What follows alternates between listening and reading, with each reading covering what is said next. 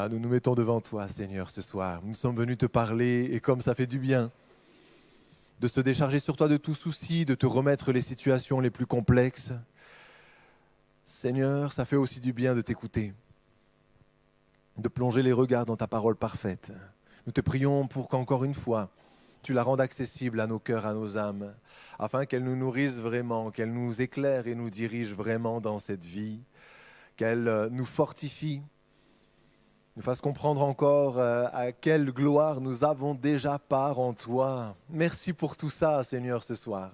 Donne vitalité et force à nos cœurs, Seigneur, pour prêter attention à ta parole et qu'elle porte un fruit abondant dans nos cœurs, que nous soyons ici physiquement ou dispersés en ligne.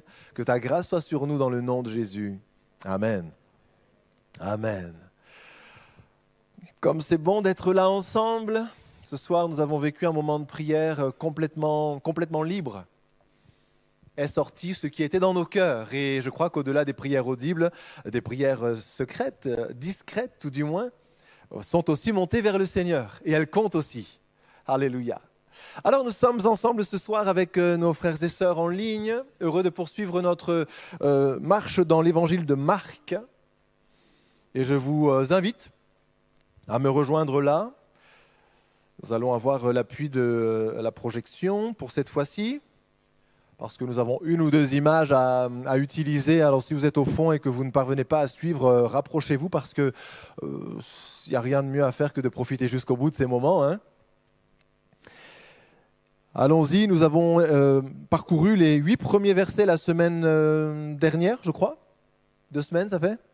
Et nous poursuivons ici à partir du verset 9. La lecture est simple et nous allons être témoins ensemble ici de l'installation du ministère de Jésus. Mais la réalité, c'est que nous sommes témoins de quelque chose qui dépasse une évolution dans le ministère de Jésus. Nous sommes là en train d'apprendre le vécu des transitions. Qui a changé de dimension en devenant chrétien? Bien sûr. Mais qui a besoin, tout en étant déjà chrétien, de changer encore de dimension? Imaginez que nous soyons restés les uns et les autres ce que nous étions à notre conversion. Moi, comme pasteur ici, imaginez que je sois resté dans l'état dans lequel j'étais 3 jours après ma conversion. Je serais incapable de servir cette église. Imaginez, vous qui êtes mariés, que votre femme soit restée ce qu'elle était juste après le mariage. Il y a le voyant terrain glissant qui s'allume. Alors, on revient à la parole. C'est la réciproque est tout à fait. Enfin, nous avons besoin, même chrétiens, de vivre des transitions, c'est-à-dire des changements d'état. Et Jésus va vivre ici non pas un changement d'état, il est pleinement Dieu, il n'y a ni changement ni ombre de variation en lui. Il est éternellement le même, hier, aujourd'hui, éternellement. Mais il nous montre le chemin des transitions, puisqu'il y a dans la vie de Jésus des transitions, non pas entre des états, mais entre des phases. Tout comme il y a des phases dans la vie chrétienne et entre les phases des transitions. Et si nous manquons les transitions, nous n'entrons pas dans les phases. Ce qui est embêtant, ce qu'on n'aime pas vivre, ce ne sont pas les phases, ce sont les transitions. Tout le monde aime le changement, en particulier de loin. Ça, c'est la vérité. Et nous allons parler des transitions. C'est l'installation du ministère de Jésus-Christ. En réalité, c'est l'histoire d'une transition, d'une phase à une autre de sa vie terrestre. Et il y a des choses à apprendre pour nous à ce sujet. Nous lisons à partir du verset 9. En ce temps-là, Jésus vint de Nazareth en Galilée et il fut baptisé par Jean dans le Jourdain. Au moment où il sortait de l'eau, il vit les cieux s'ouvrir et l'Esprit descendre sur lui comme une colombe. Et une voix fit entendre des cieux ces paroles : « Tu es mon Fils bien-aimé, en toi j'ai mis toute mon affection. » Aussitôt, l'Esprit poussa Jésus dans le désert où il passa 40 jours tenté par Satan. Il était avec les bêtes sauvages et les anges le servaient. Après que Jean eut été livré, un élément de temps, Jésus alla dans la Galilée prêchant l'évangile de Dieu. Amen. Ce n'était pas arrivé avant, ça n'est arrivé que là, après cette transition. Alors, Nous voulons changer de dimension. En réalité, nous voulons être dans une autre dimension, bien souvent, mais nous ne voulons pas changer. On veut être. Mais pour être, il faut changer de dimension et cette partie-là, elle est, comme nous le disions, parfois un peu désagréable et pourtant les deux viennent ensemble. Il faut changer pour être dans une autre dimension. Nous assistons donc ici à une histoire de transition majeure dans la vie de Jésus, fils de l'homme. Il a toujours été fils de Dieu et fils de l'homme, mais il y avait un temps, 30 années de sa vie dans laquelle il fallait que Jésus vive pleinement comme fils de l'homme. Qu'il soit éprouvé comme nous en toutes choses, qu'il connaisse les réalités de notre vie, qu'il soit capable de compatir, de revêtir notre humanité sans user d'aucune prérogative divine pour être dispensé de quoi que ce soit. Mais une fois qu'il était révélé comme fils de l'homme, il fallait qu'il soit aussi révélé comme fils de Dieu. Ce qu'il était déjà, mais il n'était pas révélé comme. Il fallait qu'il le soit. Et entrant dans cette dimension-là, nous assistons à un moment de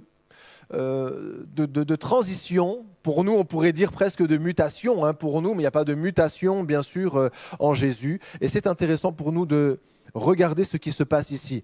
Certains pourraient parler ici de conduite divine du changement. Dieu veut conduire le changement dans nos vies.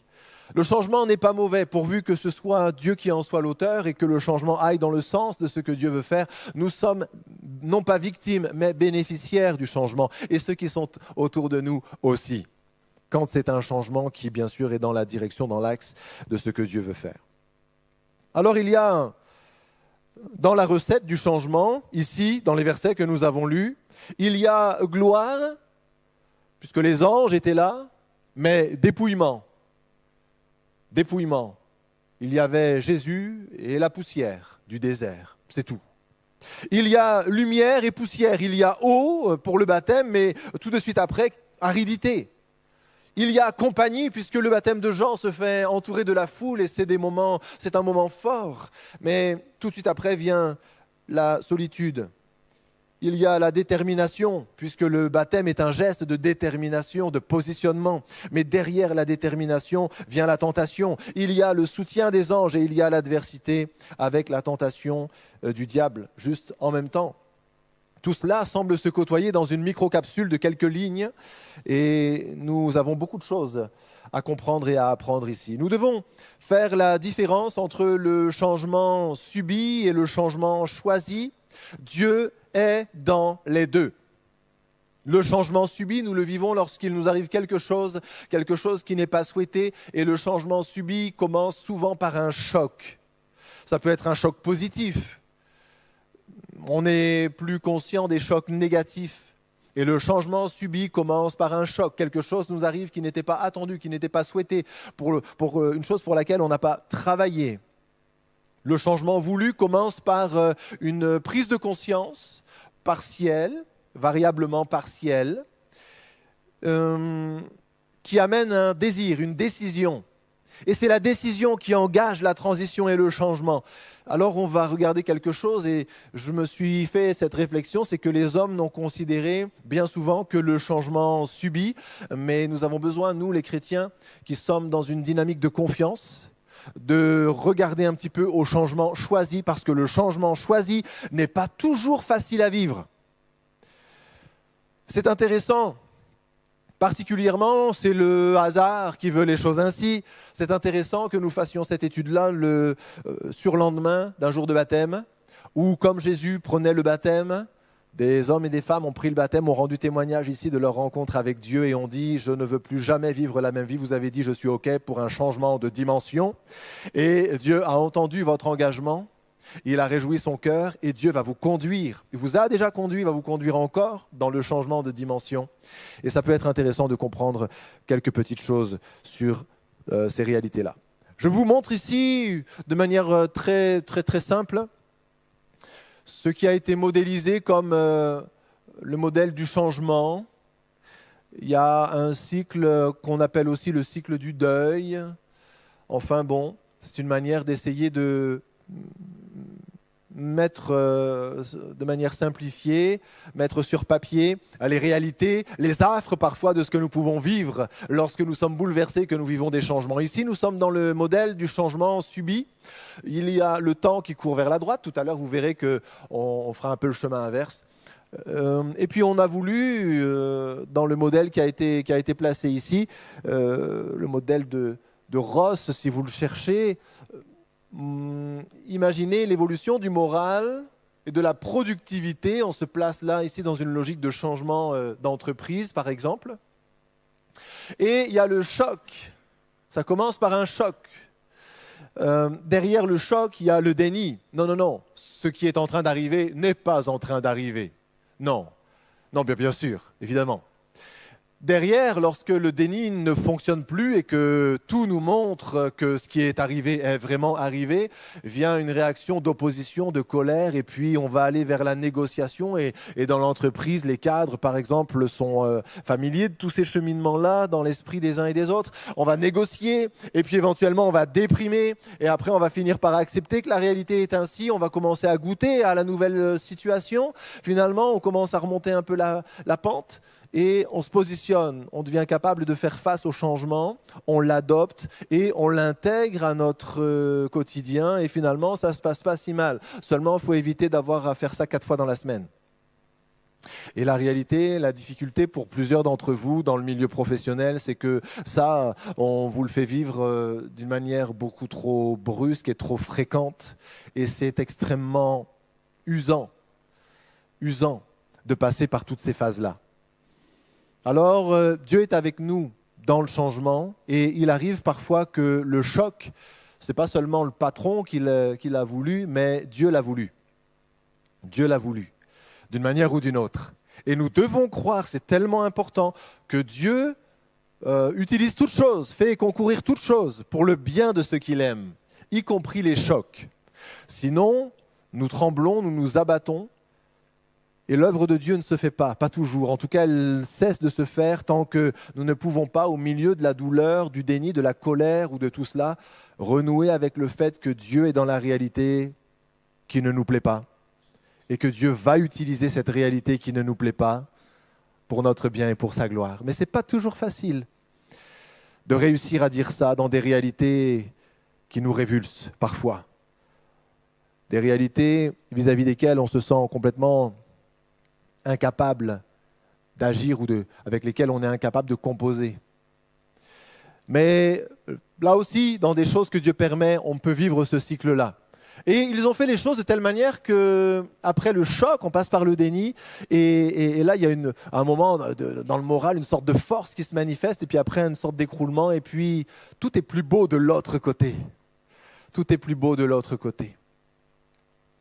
La Bible nous parle d'un homme qui avait abandonné la maison du pain, Bethléem, pour aller se réfugier en Moab. C'est le livre de Ruth qui commence comme ça. Et un jour, Ruth, accompagnée de Naomi, a entendu de la terre de Moab que Dieu avait visité son peuple et lui avait donné du pain, à la maison du pain. Ils avaient quitté. Et finalement, ceux qui avaient persévéré, qui étaient restés à Bethléem, même dans le temps de famine, avaient eu du pain plus vite que ceux qui avaient quitté et qui étaient partis en Moab pour en chercher. Alors, Ruth, Naomi, voyant la promesse là-bas au loin, a engagé un chemin, sauf qu'entre les terres de Moab et Bethléem, il y avait toute la vallée du Jourdain à traverser. Une vallée qui, sur une bonne partie de sa longueur, est bien en dessous du niveau de la mer. Et parfois, lorsqu'on a une vision, on dit « Seigneur, je voudrais être dans cet état là-bas ». Le Seigneur dit, oui, c'est moi qui ai fait briller ça à tes yeux pour que tu désires la terre de Bethléem, l'abondance de ma présence et tout cela. Mais lorsque nous engageons le chemin, on dit, Seigneur, c'est bizarre, là-bas c'est plus haut, mais moi je fais que descendre. Comment ça se fait que pour aller plus haut, il faille descendre? Eh bien, pour aller sur l'autre mont, parce que ce n'est pas le même mont que Moab, ceux de Moab, il faut passer par certaines vallées. Et c'est comme ça qu'on change de mont. On ne peut pas changer de mont sans passer par une vallée. Et pour atteindre certaines hauteurs, nous avons besoin, nous aussi, d'accepter certaines vallées. Ça, c'est le changement subit. Ici, en inversant les choses, cette fois-ci, on a la même logique, mais dans les hauteurs, on a peut-être le moral, le zèle, tout cela, mais on a inversé la courbe du temps, parce qu'ici, on a une approche de changement choisi, voulu. Je veux que ça change. Typiquement, pour nous les chrétiens, l'intégration, c'est le moment où vous êtes venus à l'église et la parole du Seigneur vous touche et elle vous fait prendre conscience du fait que Dieu a un projet pour vous, que quelque chose est possible et une vision naît et grandit dans votre cœur. La foi vous saisit et vous voyez dans l'invisible et vous dites, Seigneur, ce que je vois par les yeux de l'Esprit, je le veux et je mets ma vie sur ton autel. Sers-toi de moi, conduis-moi, transforme-moi, change-moi. C'est intégration de la vision et décision. On s'offre sur l'autel de Dieu. On se sanctifie pour lui. C'est comme ça que ça commence. Et là, on dit comme Naomi et Ruth qui veulent revenir à Bethléem, enfin revenir pour Naomi, venir pour Ruth. On dit, c'est bizarre, je veux monter plus haut, mais ça fait que descendre. Et alors qu'on a dit, Seigneur, j'ai la vision, l'intégration de la vision, la foi. Je prends ma décision, Seigneur, je ne serai pas de ceux qui résistent et qui continuent à vivre pour le petit fruit, mais je vais te suivre. On fait l'expérimentation de ce que c'est maintenant le terrain. On n'est plus dans la théorie, on n'est plus dans la vision qui nous porte, on n'est plus entouré de l'Église qui fait comme nous avec l'onction, l'émotion. On est dans la solitude du lundi matin, dans la solitude du mardi midi, dans la solitude du jeudi soir. Et on commence à expérimenter ce que c'est que le chemin de ceux qui ont décidé de dire oui à la vision. Et on commence à faire face à une Bible qui ne nous parle pas, à des premières actions qui ne portent pas de fruits, à un bilan d'incapacité patente. Nous avons voulu faire, mais rien ne fonctionne, rien ne marche. Nous ne sommes pas aptes à l'œuvre à laquelle nous nous sommes destinés en nous offrant dimanche dernier à Dieu sur l'autel. Alors, expérimentation, et ça ne marche pas si bien, c'est compliqué. Et on va dans l'acceptation du fait que la réalité est plus complexe que ce à quoi nous nous attendions. Nous sommes moins aptes que nous le pensions. Et il y a la phase dépression qui est annoncée dans le cycle tel que l'homme le vit souvent. Et on est en train de vivre ici une période tout en bas, une période de brisement. On est dans la réalisation, on est dans le renoncement dont la Bible parle beaucoup plus que nous. On a rarement prié « Donne-moi de vivre le renoncement, Seigneur ». Hein? Qui a prié « Seigneur, oh, alléluia, brise-moi, je prie pour que tu me brises ». Et pourtant, on a besoin de vivre ça. Et puis de l'autre côté, cette réalité que nous avons touchée du doigt après nous être volontairement offert à Dieu, on va devoir l'adopter, puis il y a une forme de dépression qui s'installe. Alors pardon, dépression n'est plus le juste mot pour nous, enfants de Dieu, mais il y a quand même un renoncement qui nous appelle à adopter maintenant une nouvelle réalité. Et ce n'est pas parce qu'elle nous emballe et nous excite qu'on l'adopte. C'est parce que c'est la nouvelle réalité et à un moment, on capitule devant Dieu. On est brisé devant Dieu, on est au bout de nos forces, de nos résistances et on entre, ça y est, on commence à monter. Là où on a accepté d'être humilié, d'être brisé. Dieu élève ceux qui s'abaissent, mais ceux qui gèrent tout le temps pour rester élevés se retrouvent finalement abaissés. Mais ici, on passe par la dépression, il va falloir faire avec ça. C'est ça la nouvelle réalité, on va partir avec ça. Mais là, ça y est, on commence à infléchir. On n'est pas dans la négociation, mais dans l'adoption. On n'est pas dans la colère, mais on va ici dans la colère. Ici, typiquement, pour quelqu'un qui est dans le changement choisi, c'est le moment où on dit, bon, ok, c'est ça, là, après la dépression où on n'a plus aucune force, plus aucune réclamation, on recommence à prendre du poil de la bête, le moral remonte, les forces reviennent, et on dit, ok, je rentre dedans, mais ça va changer ici. Hein. On n'est pas tout au bout de l'adoption. On va dedans, on accepte un peu, mais on va le changer.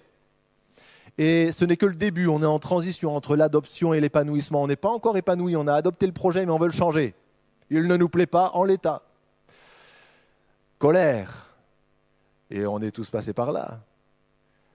Et ensuite, renie. Il y avait déni au départ. Renie, ça parle de reniement, c'est le moment auquel on est arrivé à un tel épanouissement qu'on est capable de renier maintenant l'ancienne condition sans jamais envisager d'y revenir. Reniement, on renie le passé et on va se projeter. On a vraiment fini la phase d'adoption. On est maintenant dans l'épanouissement. On est déterminé à s'épanouir dans cette nouvelle condition-là. Et on renie l'ancienne. C'est terminé. Les choses anciennes sont encore passées et elles sont devenues nouvelles maintenant. Et j'ai abandonné ce qui était de l'enfant, de ma misère spirituelle où je me croyais grand, mais je m'aperçois que j'étais complètement à côté de la plaque. Et je veux maintenant m'épanouir dans cette nouvelle réalité. Si j'avais pris le temps de refaire tout ça, la deuxième réalité devrait être plus haute que la première, bien sûr. Ok, on a suivi ça. Maintenant, on retourne à notre texte. On retourne à notre texte et on suit le Seigneur Jésus. Et nous constatons comment se fait la transition entre deux états. Alors pas état pour lui, mais état pour nous. De phase pour lui. Ce qui peut être acceptable pour nous aussi. Verset 9, nous assistons au baptême de Jésus. En ce temps-là, Jésus vint de Nazareth en Galilée et il fut baptisé par Jean dans le Jourdain. Tous ceux qui veulent se gratter la tête, vous pouvez le faire là. Jésus prend le baptême de repentance avec Jean-Baptiste. Ok, qui comprend ça? Tout le monde comprend ça? Très bien. Ce n'est pas un baptême de repentance. On est bien d'accord. Dans le cas de Jésus, ce n'est pas un baptême de repentance, il n'est pas l'agneau qui se repent de ses péchés, mais l'agneau qui porte, l'agneau pur, saint, sans tache, qui porte le péché du monde. Donc il n'y a pas de notion comme ça. Il s'agit d'une manifestation publique de son rapport au prophète, parce que Jean-Baptiste symbolise, représente à lui seul tout le prophétisme. Jean-Baptiste parle et il dit « Il faut qu'il grandisse et que je diminue ». Le temps des prophètes est terminé. On entre dans l'évangile du Fils de Dieu. Jean-Baptiste représente le prophétisme et Jésus, entrant dans la nouvelle phase maintenant de manifestation du Messie, du Fils de Dieu, valide, au lieu de condamner ou d'ignorer, valide la parole des prophètes en se faisant baptiser par Jean-Baptiste. Il valide une deuxième chose en se soumettant au baptême de Jean. Il valide le fait que c'est bien par la repentance qu'on entre dans le royaume de Dieu et il ne prétend pas ouvrir un autre chemin, mais il valide tout le témoignage de Jean pour pouvoir ensuite pousser son témoignage plus loin parce qu'à la repentance doit succéder la grâce. Jean-Baptiste a condamné pour amener à la repentance, Jésus va se condamner pour amener la grâce. C'est comme ça que les choses vont se produire. Il n'est pas venu pour abolir, comme la loi, il n'est pas venu abolir le ministère des prophètes, mais il le confirme. Il le confirme. Versets 10 et 11, donc on a là, si on voulait revenir à ce que nous voyions tout à l'heure, l'intégration, bien sûr, elle était faite dans la prière, le ministère de Jésus avait déjà commencé dans le secret, la relation avec son Père était tenue et maintenue. Et il avait déjà dit depuis longtemps, ayant la même vision que Dieu son Père, « Me voici, ô Dieu, pour faire ta volonté. Voici, tu n'as voulu ni sacrifice ni offrande, mais tu m'as formé un corps. » C'est bien ça. Et il a pris la décision. Et la décision qu'il a prise dans le ciel, Jésus l'entérine maintenant sur la terre, la confirme sur la terre en prenant le baptême. Et il dit, oui Seigneur, j'entre maintenant dans la phase suivante de mon ministère. On commence la transition. Tout comme nous pouvons à un moment recevoir la révélation de la parole, la révélation de l'Esprit et prendre la décision de dire oui ou non au Seigneur. Ok, on est bon? Je vous endors pas? Ouais, c'est mardi soir, je sais. Je sais, c'est pas facile. On continue, versets 10 et 11, magnifique. Au moment où il sortait de l'eau, il vit les cieux s'ouvrir et l'Esprit descendre sur lui comme une colombe. Et une voix fit entendre des cieux ces paroles. « Tu es mon Fils bien-aimé, en toi j'ai mis toute mon affection. » Ici, la colombe et la voix, ça nous parle de l'expérimentation, mais dans la dimension positive. Évidemment, c'est le côté positif. Maintenant, la présence de l'Esprit sur Jésus deviendra évidente aux yeux des hommes aussi. Il y a un témoignage, une expérimentation positive, c'est au milieu de la foule, c'est avec de grands signes, avec une grande gloire. Et nous comprenons ici que celui qui s'abaisse sera élevé. C'est ce que Jésus vit aussi, lui qui s'abaisse jusqu'à prendre le baptême de repentance, bien que n'ayant pas besoin de se repentir. Il est maintenant élevé par un Dieu qui confirme qu'il bénira toujours l'abaissement. C'est le chemin. C'est le chemin. Et Jésus reçoit l'attestation divine par ce qui constitue ici l'attestation, disons la manifestation la plus claire de la Trinité dans le Nouveau Testament, puisqu'il y a le Fils sur lequel descend l'Esprit de manière visible, corporelle, avec cette voix qui semble venir de bien plus haut que la forme de la colombe qui descend, la voix de Dieu le Père. Et nous assistons ici à une confirmation de cette triple dimension de la divinité de Dieu, notre Dieu. N'est-il pas merveilleux ? N'est-il pas merveilleux ? Vient ensuite le verset 12, le verset 13 qui parle de la conduite de l'Esprit. Et si on veut, jusqu'ici, on était dimanche matin les baptisés. Tout ça, c'est dimanche matin. L'assentiment de l'Esprit qui bénit dans les rangs. Vous témoignez ici, vous vous baptisez là. Et dans les rangs, les gens pleurent parce qu'ils sont saisis par la présence de Dieu. C'est glorieux, c'est magnifique. Dieu est d'accord avec vous. Dieu est au milieu de nous. Et vient lundi matin. Le jour même du baptême, premier moment après le baptême, aussitôt, l'Esprit poussa Jésus dans le désert où il passa une demi-journée, une journée, plus une autre demi-journée et une autre journée jusqu'à 40. 40 jours tentés par Satan. Mais attends, je viens de mettre ma vie entre les mains de Dieu, de m'offrir pour son service. Et c'est le diable qui vient me tenter. On est où ? Il se passe quoi ? C'est pas à ça que je m'attendais. Il était avec les bêtes sauvages et les anges le servaient. Amen. Amen. Le changement. Le changement. L'Esprit l'emmène en direction du désert. C'est plus dans la solitude du désert que dans la gloire du baptême que Jésus a été préparé à son ministère public. Est-ce que vous entendez ? C'est plus dans la solitude du désert que dans la gloire du baptême que Jésus a été préparé, rendu apte, vous comprenez encore toute la mesure dont je veux user, on parle du Seigneur, à l'exercice de son ministère public. Et c'est pareil pour nous. Je crois que ce qui m'a transformé, ce ne sont pas les décisions prises dans les réunions, ce sont les moments dans la solitude des vallées. Et je pense qu'on serait nombreux à dire « ouais ». Ce qui m'a transformé, ce n'est pas les moments où j'étais d'accord, c'est les moments où il se passait des choses avec lesquelles je n'étais pas d'accord. C'est ça qui nous a transformés les uns et les autres. Si toutefois nous avons voulu nous prêter à l'action de Dieu dans ces moments-là. La gloire publique du baptême est suivie par la solitude ingrate du désert. Mais il faut comprendre ici que, si on remonte encore, lorsqu'une décision est prise, lorsque nous disons « Seigneur, je veux connaître cet état, cette dimension, cet état de service où tu pourras te servir de moi, cet état de fertilité. » C'est bien seulement pour que notre décision soit suivie des faits.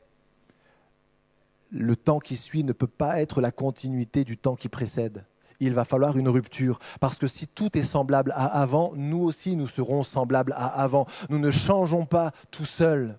Et le Seigneur qui dit « je me soumets maintenant », je prends le relais du ministère prophétique pour accomplir mon ministère de Messie, de Fils de Dieu.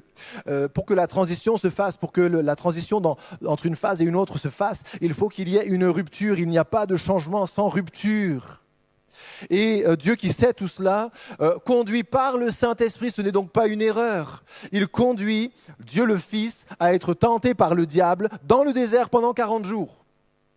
Et nous-mêmes, lorsque nous vivons les temps d'élévation, nous ne pouvons pas avoir une interprétation courte des choses en disant « Oui, j'ai offert ma vie à Dieu, mais le pasteur, mais l'Église, mais mes référents, mes responsables de service, mais mon patron, mais le président de la République, mais. » Bien sûr, si tu as mis ta vie sur l'autel, Dieu va te conduire à la rupture.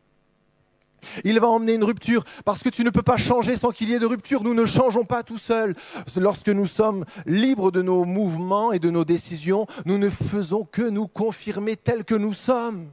Et nous devenons toujours plus ce que nous étions déjà. Or, nous étions pécheurs, égarés, loin de Dieu. Nous étions stériles, même quand nous étions jeunes chrétiens. Nous n'étions pas encore à l'image de Christ. Et pour que nous changions, Dieu doit amener la rupture. Et à chaque fois que nous nous rebellons contre les instruments que Dieu utilise pour nous amener à la rupture, nous faisons fausse route et nous nous battons non pas contre les hommes, mais contre Dieu, oubliant que nous n'avons pas à lutter contre la chair et le sang. Quelqu'un se bat-il ici contre la chair et le sang? Contre son patron? Contre sa femme, son mari, ses enfants, son père, sa mère, ses profs pour les jeunes, le président de la République? Êtes-vous en lutte sociale, en lutte politique? Êtes-vous en lutte contre vos frères et sœurs, vos responsables de service? Êtes-vous en lutte contre votre pasteur? Êtes-vous en lutte contre les hommes? Si quelqu'un lutte contre les hommes, il fait fausse route. Les hommes sont les instruments de Dieu, en tout cas lorsque nous avons mis nos vies entre ses mains. Si nous mettons nos vies entre les mains de Dieu et que finalement les hommes gardent tout leur pouvoir sur nous, où est Dieu? Si nous croyons que Dieu est Dieu et que toutes choses sont entre ses mains, nous devons admettre à partir du moment où nous nous soumettons à Dieu que toutes les choses sont sous sa maîtrise et qu'il s'en sert pour notre bien, même si notre bien n'est pas exactement là où nous l'avions imaginé. Jésus s'est soumis à tout ça parce qu'il n'y a pas en lui de rébellion, pas en lui de révolte, pas en lui de vanité, pas d'orgueil. Or, en nous, il y a tout ça. C'est pour ça que ça dure parfois beaucoup plus que 40 jours. Il y a des choses qui ont besoin d'être marquées au fer rouge dans nos cœurs. Il ne s'agit pas de penser différemment, il s'agit d'être différemment, d'être transformé, d'avoir perdu des rêves, perdu des convictions, parce que ce que nous faisons et ce que nous faisons, nous le faisons dans l'alignement, dans la continuité de ce que nous croyons au fond de nous. Et c'est attaché à bien des choses très profondes, et pour que le Seigneur puisse avoir accès aux racines les plus profondes, il faut la rupture et il faut le temps long. Le temps long. 40 jours. Le temps long. On ne peut donner que ce qu'on a reçu. On ne peut expliquer que ce qu'on a compris. On ne peut engendrer que ce qu'on est. Ça ne peut pas se faire en un jour. Il y a un travail que Dieu fait sur le temps. Ne vous découragez pas. Les derniers baptisés, mais ceux d'avant aussi, ni j'aurais dû dire, ni ceux d'encore avant, ne vous découragez pas. Parce que le temps, la rupture est nécessaire. Avec vos certitudes, tout cela, et le temps l'est tout autant. 40 jours. 40, c'est le chiffre de la transition dans la Bible. Regardez là où il y a des 40, cherchez les transitions. 40 est toujours annonciateur de transition. 40 jours, c'est le temps pendant lequel la pluie est tombée lors du déluge. Monde d'avant, monde d'après, au milieu quoi? 40 jours de pluie. Après le temps que le niveau baisse, tout cela. Bon, mais 40 jours de pluie. 40. La formation de Moïse pour qu'il devienne un homme capable d'aller vers ses frères, 40 jours. 40 ans, pardon, 40. La transformation de Moïse pour qu'il cesse de marcher par la chair et apprenne à marcher par l'esprit, 40 ans. Dans le désert, tiens. Et 40 années encore pour conduire, après avoir lui-même vécu les transitions qu'il avait besoin de vivre, 40 années pour amener le peuple à vivre la transition de peuple esclave, de l'Égyptien, à peuple libre, sachant qu'il a fallu 40 années pour qu'après avoir été délivré de l'esclavage de l'Égypte, le peuple soit aussi délivré de l'esclavage de lui-même, de sa chair, de sa folie, de son aptitude permanente au murmure, à la révolte, etc., afin qu'il puisse, transition encore, entrer dans une nouvelle dimension, en possession de la terre de Canaan, du pays promis. 40, il y en a encore des 40. Il a été tenté par le diable, et là on est dans la phase de réalisation, renoncement. Alors la courbe de morale, je ne pense pas que le moral de Jésus ait fait ça. Ici on est dans une projection purement humaine, mais on est dans le moment où le diable vient attaquer Jésus en disant « Hé, ta fierté ». Jésus va devoir renoncer là à sa centralité. Il est maintenant, lui qui était le centre de tout, de la gloire céleste, de l'affection du Père, il est maintenant le moyen du salut de l'humanité qui, elle, à cet instant, est le centre pour que l'Église puisse voir le jour. Jésus, qui était le centre de tout, renonce à sa centralité pour devenir le moyen. C'est incroyable. Et le diable lui dit, si tu es le Fils de Dieu, tu ne vas pas renoncer à ta centralité, à ton importance, à ta personne. Et combien de choses sont reliées à notre personne dans notre vie sur cette terre. Et c'est ainsi que le diable, finalement, va amener Jésus dans cette réalisation, ce renoncement. Il va le tenter pour un retour en arrière. Et à chaque fois que Jésus va dire non, il va dire non à quelque chose de précis qui le fait quitter pour toujours sa condition initiale, notamment sa condition d'unique fils de Dieu, maintenant qu'il est fils de l'homme et qu'il dit oui pour accomplir le ministère qu'il est le seul à pouvoir accomplir. Il renonce à tout pour pouvoir ensuite adopter bien sûr le plan de Dieu et puis non pas avec colère, il n'est pas homme pour réagir comme nous, mais il va renier complètement son état de fils de l'homme caché. Il va devenir fils de Dieu public et porter chaque jour son ministère avec tout ce que ça va pouvoir impliquer. Tenté par le diable, il renonce là, formellement, à tout ce qui fait la réussite humaine selon la chair. Importance, centralité, vous pourrez étudier ça, mais ce n'est pas dans le texte, c'est pour ça que je ne m'étends pas sur les composantes de la tentation du diable. Il est entouré par les bêtes sauvages. Elle symbolise ici le danger. Le danger, attention, il faut veiller sur nos voies, parce que si on va trop loin, si on n'est pas sérieux, vigilant un minimum, dans ce cycle-là, on peut tomber pour de bon. On peut ne pas s'en relever, parce que dans le lieu du changement qui prépare la gloire de Dieu, le diable aussi rôde.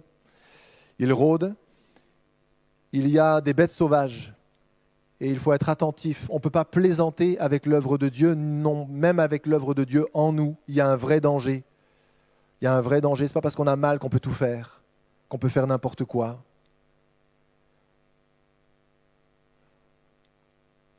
Il faut être attentif. Les bêtes sauvages symbolisent la menace. Parce que beaucoup ne se sont jamais relevés de l'étape de l'acceptation et du brisement. Il y a un danger, il faut y passer. Il faut frôler la mort sans y tomber. Pour mourir à une ancienne vie et naître à une nouvelle, puisque ce cycle est intéressant dans le sens où il symbolise aussi très bien la volonté du Seigneur, c'est que nous mourions à nous-mêmes afin de ressusciter avec lui. Et on va arrêter là le parallèle, mais il y en a d'autres à faire. Entouré par les bêtes sauvages et en même temps servi par les anges. Soutenu, ça c'est le symbole du soutien divin. Et quoi de mieux pour illustrer, alors qu'il y a la tentation diabolique et le soutien des anges, le soutien angélique, quoi de mieux pour illustrer les enjeux spirituels, derrière les situations où il nous semble, tout au fond de tout ça, que Dieu nous a abandonnés, que maintenant c'est mort, c'est fini, ça ne marchera plus jamais, que rien ne va. Quoi de mieux que cette révélation ici pour nous faire comprendre qu'en même temps, au-delà de ce que les yeux voient, se joue une bataille spirituelle entre littéralement le diable et les anges, parce que le diable voudrait que nous abandonnions ou que nous retournions en arrière, tandis que les anges savent que si nous persévérons dans notre démarche et que nous frôlons la mort sans la toucher afin de nous relever, nous porterons du fruit et que nous serons utiles à l'œuvre de Dieu après avoir été brisés. Alléluia. Je termine ainsi. Ce sont les différentes choses que nous pouvons voir dans la transition que vit Jésus entre la phase de ministère de fils de l'homme et ensuite fils de Dieu. Et il faut s'attendre à ce que nous, marchant dans ces pas, nous soyons amenés aussi à vivre d'une manière différente, bien sûr, ces différentes phases et que nous n'oublions pas que Dieu est avec nous. Amen.